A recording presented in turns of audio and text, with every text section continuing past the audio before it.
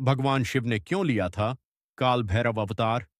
शिव महापुराण में वर्णित ब्रह्मा जी और भगवान विष्णु के बीच हुए संवाद में काल भैरव की उत्पत्ति से जुदा उल्लेख मिलता है। एक बार भगवान विष्णु ने ब्रह्मा जी से पूछा कि इस ब्रह्मांड का श्रेष्ठतम रचनाकार कौन है। इस सवाल के जवाब में ब्रह्मा जी ने स्वयं को सबसे श्रेष्ठ बताया।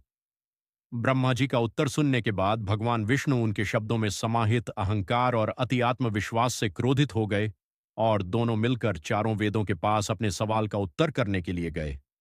सबसे पहले वे ऋग्वेद के पास पहुंचे। ऋग्वेद ने जब उनका जवाब सुना तो कहा, शिव ही सबसे श्रेष्ठ हैं, वो सर्वशक्तिमान हैं और सभी जीव जंतु उन्हीं में समाहित हैं। जब ये सवाल यजुर्वेद से पूछा गया तो उन्होंने उत्तर दिया, यज्ञों के द्वारा हम जिसे पूजते हैं वही सबसे श्रेष्ठ है और वो शिव के अलावा और कोई नहीं हो सकता। ब्रह्मा जी का अहंकार शांत नहीं हुआ और वे उनके जवाबों पर जोर जोर से हंसने लगे। इतने में ही वहां दिव्य प्रकाश के रूप में महादेव आ पहुंचे। शिव को देखकर ब्रह्मा का पांचवां सिर क्रोध की अग्नि में जलने लगा।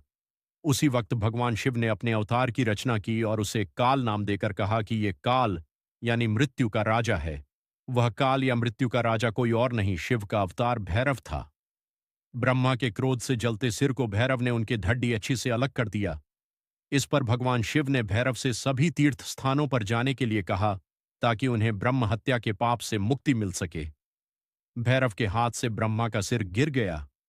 काशी में जिस स्थान पर ब्रह्मा का कटा सिर गिरा था उसे कपाल मोचन तीर्थ कहा जाता है।